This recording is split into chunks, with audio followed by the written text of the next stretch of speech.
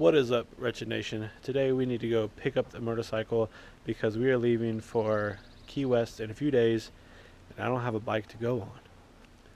So we've won some and we've lost some with preparing for this trip. In short, we wanted shocks, tour pack, and new tire and speakers before this trip. We got some of those. We got the shocks in, as you probably have already seen. If not, I'll link a video up top. You can see the shocks we installed. We got some Legends Revo A's and still need to dial them in a little bit more. Probably going to give them 2 more turns of preload before we go, but we got them going, and going to go pick up the bike for getting our rear tire put on. We were supposed to do speakers too because it's going to be a long ride. I can hear the radio okay, the wife can't, but we had some issues with shipping and they're supposed to show up any day, but it's Saturday and I'm leaving Tuesday after work. Now the shop I work with, he's not open on Sundays or Mondays. It's not that big of a deal to push to try and get this done. Especially with COVID, shipping happens. Things get delayed, so it is what it is. We'll have speakers when we get back. I can hear it okay on the highway with the new helmet, but the wife can't really hear it much, so it is what it is. If that's the one thing we're really missing, I'm okay with that. Our tour pack that I ordered hasn't come in either, but we're borrowing a friend's tour pack, so we're okay with that. But we're going to run up to the shop, get the bike, and bring it home. Another package did come in that we really didn't need. It's floorboards for the bike. If I have time, I'll put them on. Again, they're not a necessity, but they match the mini floorboards I put on for the wife. But let's go get the bike. Gosh, sir. This will be $295, ladies. What?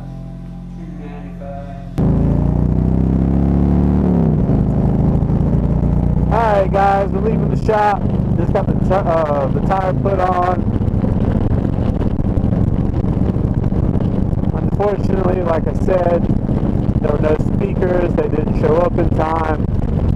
We're leaving Tuesday after work. He's not expecting anything to show up till Monday or Tuesday now because I'm not quite sure if they're coming UPS or what. It's also Easter weekend, so shipping's going to be delayed even a little more. No big deal. Like I said, it is what it is. The important thing was the tire. We got that put on. We're going to need to bump up the shocks just a little more because it's not bad. It's a little light, but with all of the added weight we're going to put on here, with all the clothes and everything, that's just going to make it worse. So we're going to probably give it 2 to 3 more turns, make it a little on the heavy side, but we can deal with that. I'd much rather it be tighter than it be really loose and bottoming out, bouncing around. I'd rather it be firm. So not too bad. Let's see here. We got exactly like 13,600 miles on the bike. So that's what we got out of the stock tire. We did not go back with the Dunlop tire that comes on these from the factory. If anybody knows Harley-Davidson, they know that Harley-Davidson uses a tire. It's not always a Dunlop. I think on some of the smaller ones they were using Michelin's. But they'll use a specific tire and have the shield, the bar and shield put on it, and it's a Harley-Davidson specific tire, basically just charging you an extra $50, even though you can get the unbranded tire for the exact same thing cheaper. Now, I don't like the Dunlops. My experience with them, usually they end up chopping or wearing kind of weird. Not the biggest fan of them. I've been running Michelin Commander 2s on my Dyna. They don't make those anymore. They switched to the 3s. So I kind of asked the shop owner what his recommendation is. He runs Metzlers on everything. So that's what we tried this time around. I know it's a very proven like high mileage touring tire. So that's what we're going with. But we'll see how it goes. I probably could have gotten another 1,000 miles or so out of this tire, but going on a long trip that far from home, it was better to go ahead and just put a new tire on it. Even though it might have been a tad early, or I could have got a little more out of it, it wasn't worth chancing it. So now we'll hop on the highway and get home. Alright guys, we got back home and I started messing with the bike and didn't record it. We did adjust the suspension a little bit. The bike was shimmying back and forth. I did not like that at all. I think a lot of that maybe had to do with just the tour pack back here. And I'm not used to maybe the wind catching it. I don't know. When the wife rode the other night to get wings, I didn't feel that. But I felt it on the way to drop the bike off and after. So it doesn't have anything to do with the tire. But my baffle was coming apart. So we decided to go ahead and just take the cap off and pull it out, and sure enough it is coming apart. But now this bike is way louder than I anticipated. Let's just check it out.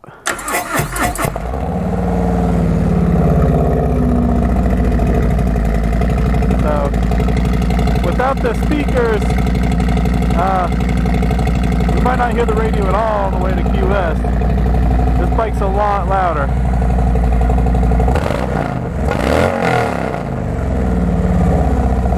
But with all our adjustments, we're going to hit the road real quick, go grab some dinner, and see if the bike handles any better.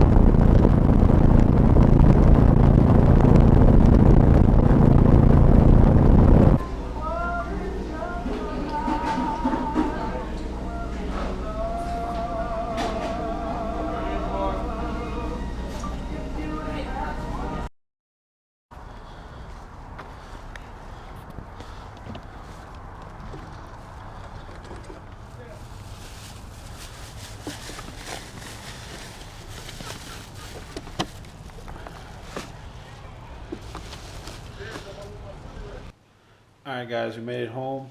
Got some good food. Grabbed a couple things from Walmart we needed for the trip. Bike did okay. The little shuffling I was feeling. Honestly, especially with her on the back. I mean, I got up to about 190 miles an hour. And I could feel a lot of it and some of the wind. And I think it's just in my brain. Having anxiety about switching a bunch of parts and then got this long trip. I think it might just be in my head. But it didn't feel too bad.